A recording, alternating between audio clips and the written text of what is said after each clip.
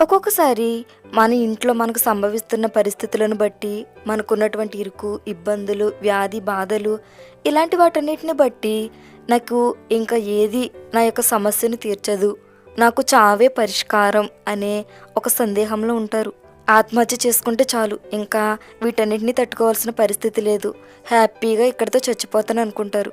కానీ ఒక విషయాన్ని గుర్తుపెట్టుకోండి.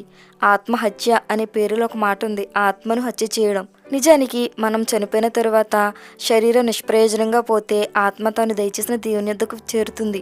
ఒకవేళ నీవు గనక ఆత్మహత్య చేసుకుంటే నీ యొక్క ఆత్మ నీవు చంపేస్తున్నావు అనే విషయం నీకు అర్థమవుతుందా? నిజంగా ఏదైనా చిన్న సమస్య రాగానే, ఏదైనా వ్యాధి రాగానే, ఏదైనా బాధ రాగానే, కలత రాగానే ఆత్మహత్య చేసుకోవాలి అనే ఆలోచన మొదటగా నీలో వస్తుంది అంటే నీలో అపవాది ఉన్నాడు అనే విషయాన్ని గుర్తుపెట్టుకో. అపవాదిని తొలగించి దేవుడు నీ దగ్గరకు రావాలంటే నువ్వు చేయాల్సిన ఒకే ఒక్క పని ఏంటంటే దేవునికి ప్రార్థన చేయి. తప్పనిసరిగా నీలో ఉన్నటువంటి ఆ చెడు ఆలోచనలన్నీ తీసివేసి ఆయన తన యొక్క కృపను నీకు అనుగ్రహిస్తాడు.